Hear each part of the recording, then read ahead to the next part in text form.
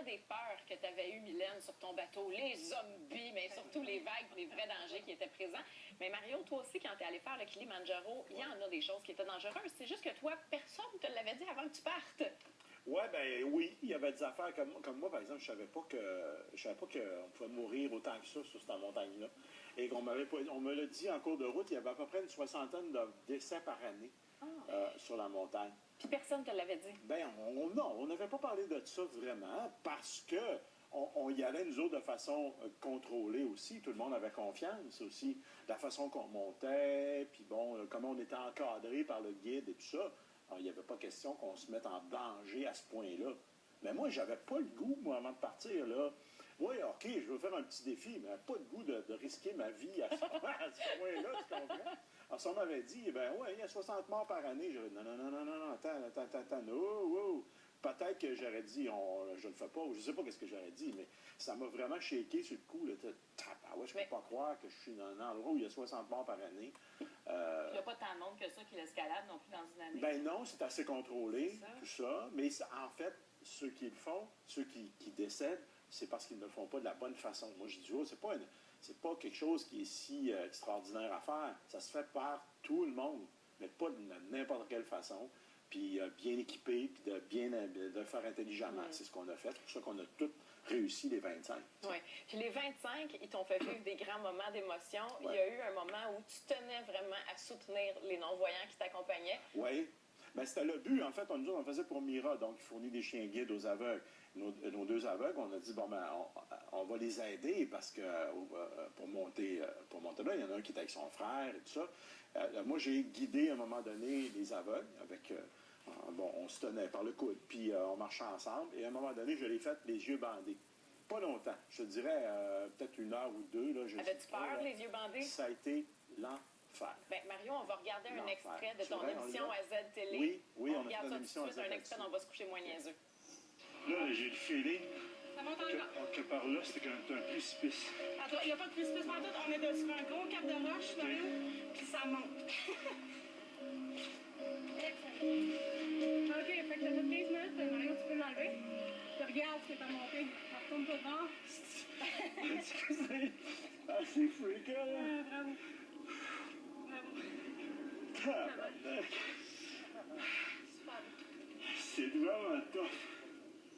C'est vraiment là, le feeling de ne pas voir. C'est hallucinant. J'avais vraiment l'impression que j'étais sur une ligne droite, là, fine, là, puis chaque barre, c'était un précipice.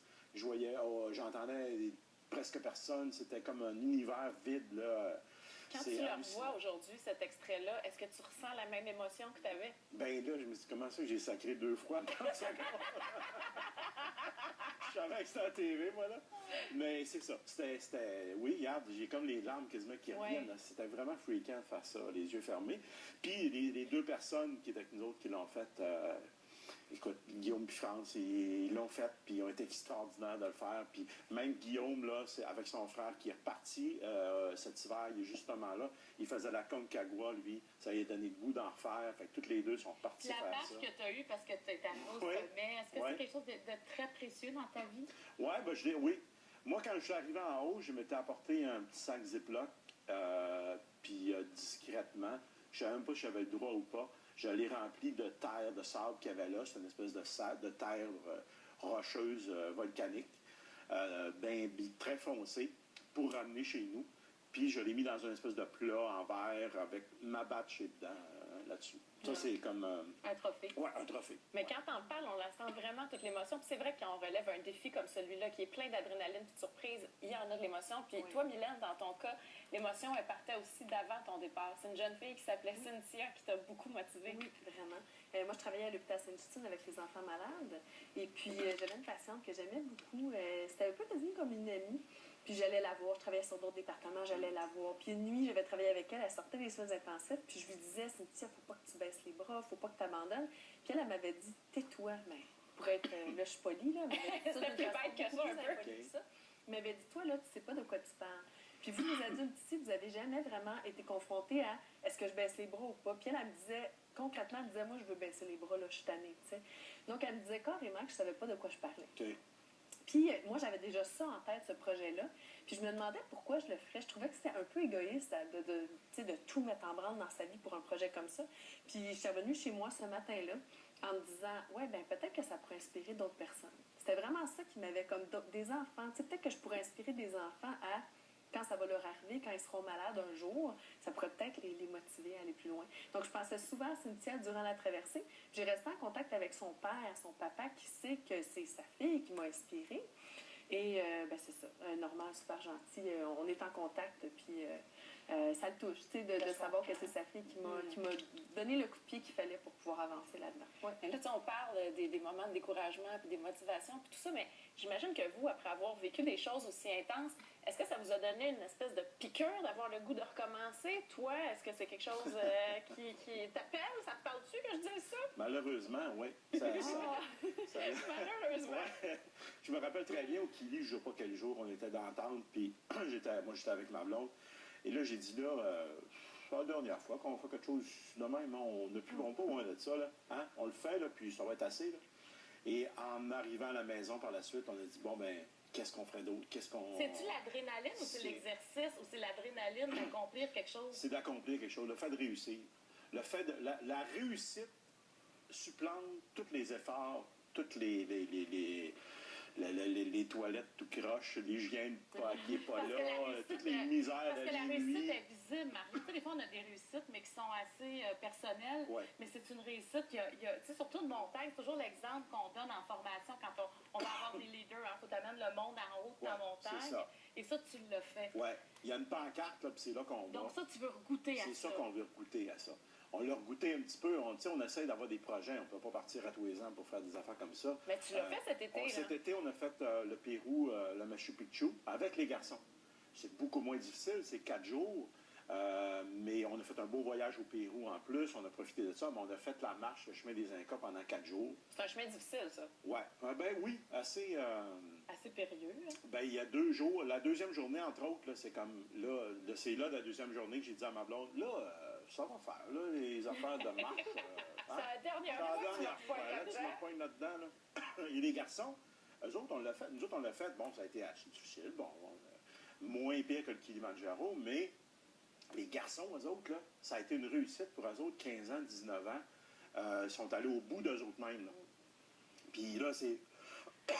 Excusez, j'ai de l'eau. Prends-toi une petite gorgée. Mais regarde, on voit la photo ici, ouais. là. On voit comment c'est magnifique. C'était très poussiéreux, le chemin. J'en ai encore. Mais pour eux autres, ça a été vraiment une belle réussite. Et tu sais, tu disais, tu te sentais agressé par les médias ou tout ça. Ouais. Eux autres, c'était tellement drôle.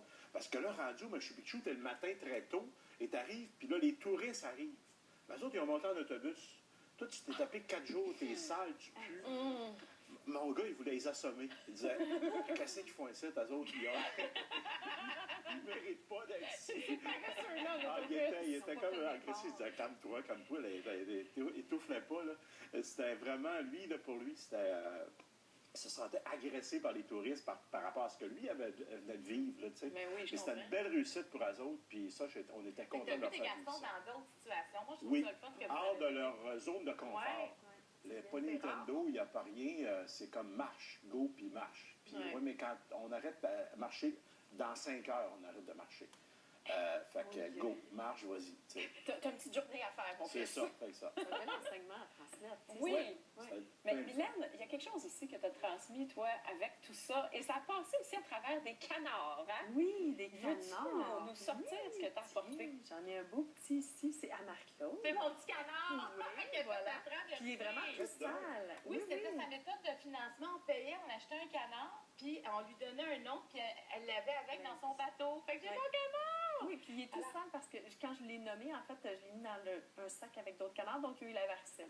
Il a attrapé la varicelle de canard. J'ai pas fait la traversée, mais quelle fierté! Parce qu'il faut dire aussi que quand comme toi, tu l'as fait pour une cause, vous voulez ramasser des sous, toi, tu l'as fait pour payer ta traversée. Oui, et moi, je trouve que c'est une grande, parce que tu faisais de la recherche aussi pour l'Institut d'océanographie.